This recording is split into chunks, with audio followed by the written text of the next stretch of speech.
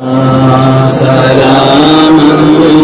على طه رسول الله صلاة الله سلام الله على ياسين حميد توسلنا ببسم الله وبالهادي رسول الله وكل مجاهد لله وأهل البدر يا الله صلاة الله سلام الله على طه رسول الله صلاة الله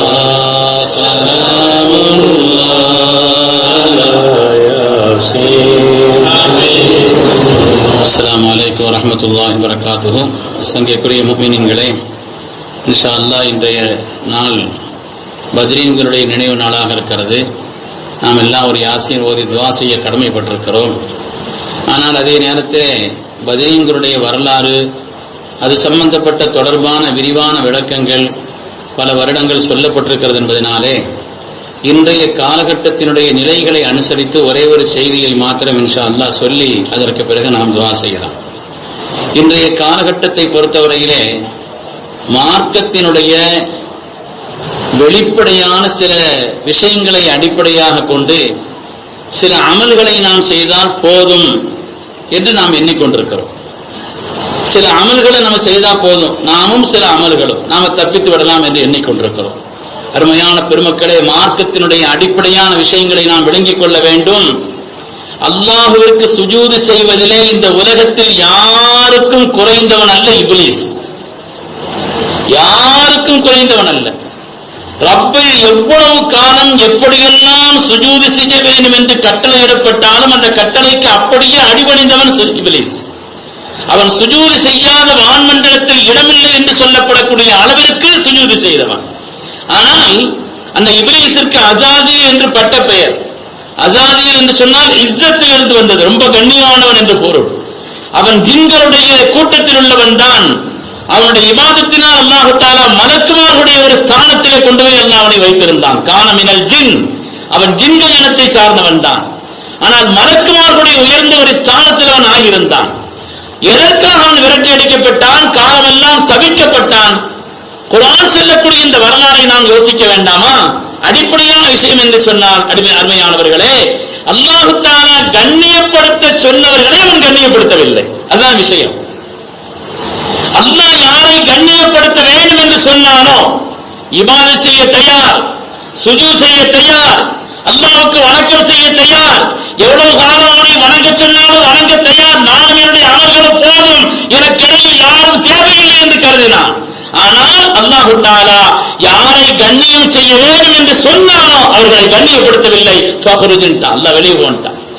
அருமையானவர்களே, எனவே இதனுடைய அடிப்படையை என்னன்னு சொன்னால் உலகத்தில் யாரெல்லாம் வழிகட்ட கூட்டத்தினர்களாக இருக்கிறார்கள் அவங்களுடைய அடிப்படை என்னன்னு சொன்ன கிபிர், ஆணவம். நாம் என்னுடைய இந்த அமல்களும் போதும் என்ற ஒரு ஆணவத்தினுடைய நிலைப்பாடு இருக்கிறது. நாம் யோசிக்க வேண்டும். அதாவது அல்லாஹ் தஆலா அவருடைய ரசூல் கண்மணி முஹம்மது ரசூலுல்லாஹி ஸல்லல்லாஹு அலைஹி வஸல்லம் ஹஜ்ரத் ஸையதுனா உமர் ரலியல்லாஹு தஆலா அவர்களை உம்ராவுக்கு அனுப்பி வைக்கும் பொழுது சொன்னார்கள், லா தன்சானி ஃபீ துஆஇக யா உஹை, என் அருமை சகோதரரே உங்களுடைய துஆவில் என்ன மறந்துடாதீங்கன்னு சொன்னாங்க. ஸல்லல்லாஹு அலைஹி வஸல்லம் இடத்துல வந்து துஆ செய்யுங்கன்னு சொல்ல வேண்டிய ஆளா ஹஜ்ரத் உமர் ரலியல்லாஹு தஆலா அன்ஹு. அவங்க துஆ செய்து இவங்களுக்கு துஆ ஏறணுமா? அல்ல அவங்க இடத்துல துஆ செய்யும்படி இவங்க இறங்கி போய் சொல்லணுமா? அருமையானவர்களே, கண்ணியப்படுத்தப்பட வேண்டியவர்கள் கண்ணியப்படுத்தப்பட வேண்டும். அவங்க உயர்வான ஒரு இடத்திற்கு செல்கிறார்கள் என்ற காரணத்தினாலே, செல்பவர்களும் செல்லக்கூடிய இடமும் பாக்கியமானது என்பதனாலே துஆ செய்ய வேண்டும் என்று இந்த உம்மத்திற்கு கற்றுத் தருகிறார்கள் தானும் சொல்லி கண்மணி முஹம்மது ரசூலுல்லாஹி ஸல்லல்லாஹு அலைஹி வஸல்லம் அவர்கள். எனவே யாரை நாம் கண்ணியப்படுத்த வேண்டுமோ அவர்களை கண்ணியப்படுத்த வேண்டும். சங்கைக்குரியவர்களே, நான் செய்யக்கூடிய சில அமல்களும் எனக்கு போதும், அல்லாஹ் ரசூல் கண்ணியப்படுத்த சொன்னவர்களை கண்ணியப்படுத்த மாட்டேன் என்று சொன்னால் அது வடிகட்ட பாதை, அது இப்லீஸினுடைய பாதை, அது இப்லீஸினுடைய பாதை. முஸ்லிம் ஷரீஃபிலே ஒரு ஹதீஸ் வருகிறது. கண்மணி நாயகம் ஸல்லல்லாஹு அலைஹி வஸல்லம் சொன்னார்கள், யமனிலே கருன் என்ற பகுதியிலே அதற்கு உவைஸ் என்று ஒருவர் இருக்கிறார். உங்களில் யாராவது அவரை சந்தித்தால் உங்களுக்காக பிழை பொறுக்க தேடும்படி துஆ செய்யும்படி அவரிடத்தில் சொல்லுங்கள். அது மாத்திரமல்ல, உங்களில் யாராவது அவரை சந்தித்தால் என்னுடைய சலாமையும் அவருக்கு சேர்த்து வையுங்கள். நாங்கள் என்னுடைய சலாமை சேர்த்து வையுங்கள். நாங்கள் எதற்காக? இது என்ன காரணத்திற்காக? ஹஜ்ஜுக்கு வருபவர்களுக்கெல்லாம் வருபவர்களிடத்திலெல்லாம் அதற்கு உமர் ரலியல்லாஹு அன்ஹு அவர்கள் பனு ஆமிர் கூட்டத்தை சார்ந்த யாராவது எவனிலிருந்து வந்திருக்கிறீர்களா விசாரிப்பாங்க. அங்க ஆமான் சொன்னா, உங்களில் யாராவது உவைஸ் இருக்கிறாரா? அவருடைய உடம்பிலே இந்த வெள்ளையான ஒரு நிறத்தை கொண்ட அவருடைய இயல்பான அந்த நிலைக்கு மாற்றமாக உடம்பிலே அவர்களுக்கு இந்த வெள்ளை பாண்டுகள் அணிய அப்படிப்பட்ட சில அடையாளங்கள் அவர்களுக்கு இருக்கும். அது முழுமையாக இப்பொழுது குணமாகிவிட்டது. இல்லா கதிர திருகமின் ஒரு சின்ன திருகத்தினுடைய ஒரு சின்ன பைசாவினுடைய அளவு, அந்த அளவுக்கு மாத்திரமே இப்ப அந்த வெள்ளம் அவங்க உடம்புல இருக்குது. ஸல்லல்லாஹு அலைஹி வஸல்லம் சொல்லியிருக்கிறாங்க. அப்படி யாராவது உங்கள் இருக்கிறீங்களான்னு கேட்டாங்க.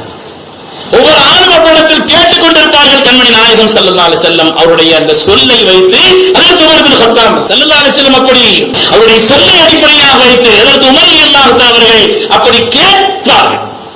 அருமையானவர்களே, எதற்காக? அல்லாஹ்வும் ரசூலும் யாரையாவது கண்ணியப்படுத்தினால் அவர்களை நாம் கண்ணியப்படுத்த வேண்டும் என்பது மார்க்கத்தினுடைய அடிப்படையான சட்டம். பத்ரீன்களை பொறுத்தவரையிலே அல்லாஹ் ரசூலை எவ்வளவு கண்ணியப்படுத்தி இருக்கிறாங்க. ஸல்லல்லாஹு வேற எப்பொழுதாவது இப்படி துஆ செய்திருக்கிறாங்களா? யா அல்லாஹ், இந்த கூட்டம் அழிக்கப்பட்டால் உலகத்தில் நீ வணங்கப்பட மாட்டாய்ன்னு சொன்னான். அப்படியானால் கியாமத் நாள் வரை அல்லாஹ்வுடைய வணக்கம் உலகத்தில் நிலைவருவதற்குண்டான அடிப்படையான ஒரு நிகழ்வு பத்ருடைய நிகழ்வுங்கிறத ஸல்லல்லாஹு சொன்னான். எந்த சபையிலையும் பத்ரீன்களை முற்படுத்துவாங்க. ஹஜ்ரத் சய்யிதுனா அப்துர் ரஹ்மான் இப்னு அவுஃப் ரலியல்லாஹு தஆலா அவர்கள் பத்ரீன்களுக்காக தன்னுடைய சொத்தை உயிரெழுதி வைத்தார்கள். ஒரு சபை, கல்யாண சபை, அங்கே பாடல் பாடப்பட்டுக் கொண்டிருக்கிறது. ஸல்லல்லாஹு அலைஹி வஸல்லம் பற்றி படிச்சிட்டு இருந்தாங்க, பத்ரீன்களை பற்றி படித்துக் கொண்டிருந்தார்கள். ஸல்லல்லாஹு அலைஹி வஸல்லம் வந்த உடனே அந்த பாடல் படித்தவர்கள் அதை மாற்றி ரசூலுல்லாஹ் பற்றி படிச்சாங்க. ஸல்லல்லாஹு அலைஹி வஸல்லம் இல்ல பத்ரீன்களை படிங்கன்னு சொன்னாங்க. அது எனக்கு ஆனந்தம் என்று சொன்னார். அருமையானவர்களே, கண்ணியப்படுத்தப்பட வேண்டியவர்கள் கண்ணியப்படுத்தப்பட வேண்டும். ஏதோ நமக்கு தெரிஞ்ச சில அமல்களை செய்யணும் தப்பிச்சுக்கணும்ங்கிறது அல்ல. அப்படி அமல்களை செய்தவன் தான் தப்பிக்கவில்லை, இப்லீஸ். ஏனென்றால் அல்லாஹ் கண்ணியப்படுத்த சொன்னால அவன் கண்ணியப்படுத்தவில்லை என்பதை நாம் குர்ஆனுடைய இந்த வரலாறை படிக்க வேண்டும். அருமையான பெருமக்களே, உலகத்தில் படைக்கப்பட்ட எல்லோரும் ஒரே தரத்தில் உள்ளவர்கள் அல்ல. படைக்கப்பட்ட எல்லோரும் ஒரே தரத்தில் உள்ளவர்கள் அல்ல. சய்யிதுனா இப்னு மஸ்ஊத் ரலியல்லாஹு தஆலா அவர்களை அழைத்து கண்மணி நாயகம் ஸல்லல்லாஹு அலைஹி வஸல்லம், இப்னு மஸ்ஊதே, நீங்கள் குர்ஆன் ஓதுங்கள், நான் கேட்கணும்னு சொன்னாங்க. நீங்க குர்ஆன் ஓதுங்கள், நான் கேட்க வேண்டும் என்று சொன்னார்கள். கைஃப அக்ரவுல் குர்ஆன் வகத் உன்சில இலைக்க, நாயகமே உங்களுக்கு அல்லவா இறக்கப்பட்டது குர்ஆன், நான் ஓத நீங்கள் கேட்க என்று சொல்கிறீர்களே சொன்னாங்க. இல்லை இல்லை, அல்லாஹ் தஆலா நீங்க ஓதி என்ன கேட்க சொன்னான்னு சொன்னாங்க. என்ன காரணம் என்றால், இந்த உலகத்திலே முதலாக குர்ஆனை சத்தமிட்டு ஓதியவர்கள் இப்னு மஸ்ஊத் ரலியல்லாஹு தஆலா. அவ்வளவு இந்த குர்ஆன் உலகத்திலே குர்ஆன் ஷரீஃபை மகாம் இப்ராஹிமின் சத்தமிட்டு உலகத்திலே முதல்ல ஓதுனவங்க அவங்கதான். அல்லாஹ் அதற்குண்டான கண்ணியத்தை கொடுக்க சொன்னான். ஸல்லல்லாஹு அலைஹி வஸல்லம் அவங்களை கூப்பிட்டு ஓத சொல்லி கேட்டாங்க. சூரத்துன் நிசா கிட்டத்தட்ட ஒரு 24 ஆயத்துகள். فكيف إذا جئنا من كل أمة بشهيد وجئنا بك على هؤلاء شهيدا. அந்த ஆயத்து வந்தவன் ஸல்லல்லாஹு அலைஹி வஸல்லம் குலுங்கி குலுங்கி குலுங்கி அழுதான். அருமையானவர்களே, இப்னு மஸ்ஊத் ரலியல்லாஹு அவர்கள் அவர்களுக்கு அல்லாஹ் தஆலா கண்ணியப்படுத்தி அவர்களை ஓத சொல்லி நாயகத்தை அல்லாஹ் கேட்க சொன்னான் என்றால், உலகத்துல சில பேருக்கு உண்டான கண்ணியம்ங்கிறது இருக்கிறது. அல்லாஹ்வுக்கு ஒரு கண்ணியம் இருக்குது, அந்த கண்ணியத்தை கொடுக்கணும். வலில்லாஹில் இஸ்ஸத்து வலி ரசூலிஹி, அல்லாஹ்வுடைய ரசூலுக்கு ஒரு கண்ணியம் இருக்கு, அந்த கண்ணியத்தை கொடுக்கணும். வலில் முஃமினீன், முஃமின்களுக்கு சில கண்ணியம் இருக்கு, அந்த கண்ணியத்தை கொடுக்கணும். அதிலே தரமானவர்களுக்கும். வலாக்கின்னல் முனாஃபிகீன லா யஅலமூன், இது விளங்காதவர்கள் முனாஃபிகீன்கள்ங்கறான் அல்லாஹ். அருமையானவர்களே, அதனாலே பத்ரீன்களுடைய அந்தஸ்துங்கிறது சாதாரணமானதல்ல. அதில் சய்யிதுனா முஹம்மது இத்ரீஸ் ஷாஃபிஈ ரலியல்லாஹு தஆலா அவர்கள் சாதாரணமானவர்கள் அல்ல. 7ஆம் வயதில் விளக்கத்துடனே குர்ஆனை ஓதியவர்கள், 10ஆம் வயதில் ஹதீஸ்களை மனனம் செய்தவர்கள், 15வது வயதில் காலியாக நியமிக்கப்பட்டவர்கள், 10 லட்சம் ஹதீஸ்களை சனதன் வ மத்தனன் மனப்பாடம் செய்தவர்கள். வெறும் ஹதீஸுடைய வாசகத்தை மாத்திரமல்ல, யார் யார் சொன்னார்கள் அப்படியே ஸல்லல்லாஹு அலைஹி வஸல்லம் போய் சேரும் இல்லையா, அதுக்கு பேர் சனதன் சொல்லுவாங்க. சனதன் வ மத்தனன், ஹதீஸுடைய வாசகத்துக்கு மத்தன் சொல்லுவாங்க. 10 லட்சம் ஹதீஸை மனப்பாடம் செய்த ஹதரத் இமாம் முஹம்மது பின் ஹனீஃபா ஷாஃபி ரலியல்லாஹு தஆலா அவர்கள், அருமையானவர்கள், ஏதாவது ஒரு பிரச்சனைன்னா தனக்கு துஆ செய்யும்படி அவர்கள் காலத்தில் வாழ்ந்த பெரிய மேதையான நஃபீசுத்துல் மிஸ்ரியாவிடத்தில் சொல்லி அனுப்புவார்கள் என்று வருகிறார். நஃபீசுத்துல் மிஸ்ரியாவிடத்திலே சொல்லி அனுப்பி எனக்கா துஆ செய்யுன்னு சொல்லுவாங்க. பெருமை அல்ல, அகம் அல்ல, அது வாழ்க்கையை அழித்துவிடும். நாம் செய்த சில அமல்களை கொண்டு ஆகா நம்ம பெரிய அந்தஸ்தில் உயர்ந்துட்டோம் போல் தெரியுது, எனக்கு வேறு ஒருவருடைய ஒரு தொடர்போ கண்ணியப்படுத்தப்பட வேண்டியவர்களை கண்ணியப்படுத்த வேண்டிய அவசியமோ இல்லை என்று சொல்வதற்கிறதே அது ஷைத்தானுடைய பாதைங்கிறத விளங்குது. அதற்கு நாம் ஷாஃபி ரஹ்மத்துல்லாஹி அலைஹி ஒரு மஸ்அலாவுக்காக வேண்டி, ஒரு சின்ன மஸ்அலாவுக்காக வேண்டி 300 தடவை அந்த பார்வையில் குர்ஆனை ஓதியவர்கள் இமாம் ஷாஃபி ரஹ்மத்துல்லாஹி, ஒரு மஸ்அலாவை தேடுவதற்காக. அருமையானவர்களே, அப்படிப்பட்ட பெருமக்கள், ஆனாலும் அவ்வளவு மேன்மகனாக இருந்தார்கள். அவங்களுடைய காலகட்டத்தில் வாழ்ந்த நஃபீசுத்துல் மிஸ்ரியாவிடத்திலே தனக்கு துஆ செய்யும்படி சொன்னார். அல்லாஹ் தஆலா எதை கண்ணியப்படுத்த சொன்னாலும் அதை கண்ணியப்படுத்தணும். உலகத்திலேயே ரௌலத்துல் ஜன்னான்னு ஒரு இடம் இருக்குது, நமக்கு தெரியும் இல்லையாங்க? மா பைன பைத்தி வ மிம்பரி ரௌலத்தும் மின் ரியாதுல் ஜன்னா, என்னுடைய வீட்டிற்கும் என்னுடைய மெம்பர் படிக்கும் இடையிலே ரௌலத்துல் ஜன்னா இருக்குதுன்னு சொன்னாங்க, சொர்க்கத்தின் பூங்கான்னு சொன்னாங்க. மக்காவை விட அப்படி ஒரு இடம் கிடையாது.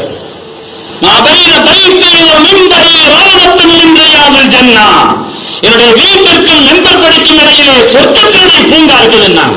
இன்னைக்கு மதீனா முனவரா போனவங்களுக்கு தெரியும் அந்த இடம் எப்பவுமே எப்படி இருக்குதுன்னு சொல்லி. அந்த இடம் எப்பொழுதுமே எப்படி இருக்குங்கிறது தெரியும். 2 ரக்காத் அங்கே தொழுவதற்கு ஒவ்வொரு ஆட்களும் செய்யக்கூடிய முயற்சிங்கிறது சாதாரணமானதல்ல. ஸல்லல்லாஹு அலைஹி வஸல்லம் அடையாளம் காட்டிய இடம். எதனால் அப்படி ஒரு விசேஷம்? எதற்கு அப்படி ஒரு பாக்கியத்தை அல்லாஹ் தஆலா அந்த இடத்திலே பூமியில் அப்படி ஒரு இடத்தை கொடுத்தான், அதற்கு இப்படி ஒரு அந்தஸ்தையும் கொடுத்தான்? வேறு காரணம் எல்லாம் இல்லை. 10 வருட காலம் கண்மணி நாயகம் ஸல்லல்லாஹு அலைஹி வஸல்லம் அதிகம் நடந்த இடம் அது. மக்காவிலிருந்து விரட்டி விட்டார்கள், மதீனாவாசிகள் அரவணைத்தார்கள். ஸல்லல்லாஹு அலைஹி வஸல்லம் அவர்கள் 10 வருட காலம் தங்களுடைய கால அதிகமாக நடந்த இடம் அந்த இடம். பெருமக்கள், உலகத்திலே தஜ்ஜால் வர்ற நேரத்தில் 3 இடத்துக்கு போக மாட்டான், 4 இடம் மொத்தம். மக்காவுக்குள்ள நுழைய முடியாது, மதீனாவில் நுழைய முடியாது, பைத்துல் முகத்தஸில் நுழைய முடியாது. தஜ்ஜால் நுழைய முடியாத இடங்கள். மக்காவுக்குள்ள போக முடியாது, மதீனாவுக்குள்ளே செல்ல முடியாது, பைத்துல் முகத்தஸிலே செல்ல முடியாது. வாதியே துவா, துவா என்ற அந்த ஓடை, அங்கேயும் போக முடியாது. அது என்ன துவாங்கிற ஓடை? அல்லாஹ் குர்ஆனிலே சொல்கிறான், ஹல் அதாக ஹதீஸ் மூசா, அதற்கு மூசா அலைஹிஸ்ஸலாத்து வஸ்ஸலாம் அவர்களை பற்றிய செய்தி நாயகமே உங்களுக்கு வந்ததா? இது ஆதாஹு ரப்புஹு பில் வாதில் முகத்தஸ் துவா, துவா என்ற அந்த பரிசுத்தமான ஓடைக்கு அருகில் தான் அல்லாஹ் அவர்களை அழைத்து பேசினான். அப்ப அந்த துவா என்ற அந்த இடம் இருக்கிறது, அங்கேயும் போக மாட்டான், போக இயலாது அவனால. எதற்காக என்றால் அதனுடைய விசேஷத்தை பெருமக்கள் சொல்கிறார்கள். 70க்கும் மேற்பட்ட நபிமார்கள் அந்த இடத்தில் ஆடு மேய்த்திருக்கிறார்கள். 70க்கும் மேற்பட்ட. அப்படியானால் அதற்கு ஒரு கண்ணியம் உண்டா இல்லையா?